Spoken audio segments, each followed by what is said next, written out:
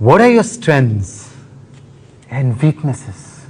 Sir ये सबसे चूतिया सवाल है सर। सबसे पहले तो स्ट्रेंथ है ही नहीं। In English, please. I'm telling you. Why will I tell you my weaknesses? मैं आपको अपने स्ट्रेंथ वीकनेस के नाम पे बताऊंगा। You know, जैसे English. I'm a perfectionist. मैं वर्कोहॉलिक हूँ। मैं इनोसेंट। English. बैंक क्या लौड़े? क्या इंग्लिश लगा रखा है बे?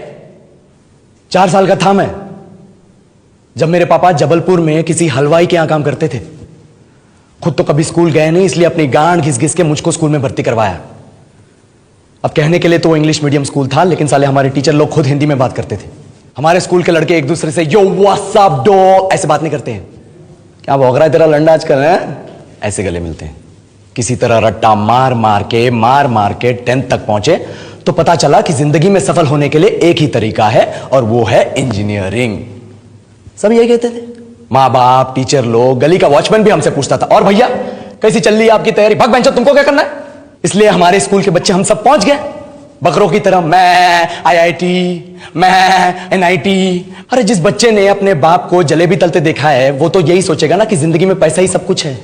I did not choose this engineering life, sir, and neither did this engineering life choose me. It was shoved down my throat by my teachers while my hands were tied to my back by my friends and my parents watched in silence. और English सुनेगा तो मादरचोद तो सुन।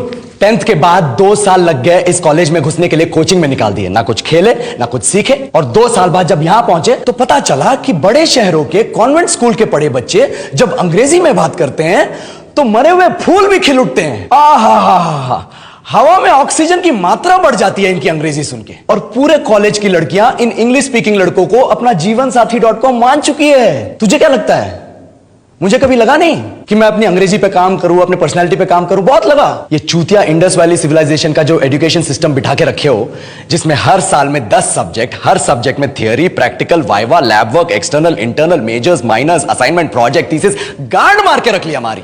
महीनों तक नहाना भूल जाते हैं हम लोग, और फिर हमारा परसेप्शन बना देते हो कि हम ऐसे ही रहना चाहते हैं। अब इस साल में एक बार कल्चरल फेस्टिवल आता है, एक बार, उसके लिए भी प्रोफेसर से भीख मांगनी पड़ती है। अरे बिना इंग्लिश बोले, बिना लड़कियों से बात किए कौन गांडू रहना चाहता है वैसे? पर टाइम कहां है कुछ सीखने के लिए? लगे पड़े कोडिंग सीखने, 3 लैंग्वेज सीख रहे हैं अलग अलग इंग्लिश छोड़ के। लेकिन जब प्लेसमेंट्स की बात आई तो सबको एप्टीट्यूड चाहिए, पर्सनैलिटी चाहिए, इंग्लिश स्पीकिंग चाहिए। It is not that we can not speak English, sir. We are just very conscious of our diction and our pronunciation, and we are not confident to speak in front of anyone else. If the curriculum was a little bit diverse, if the engineering colleges in our country focused on our all round development instead of functioning like a goddamn factory that is just mass producing robots by killing their dreams and handing out degrees, I would not be sitting here in this pointless HR interview, the likes of which exist only in our country.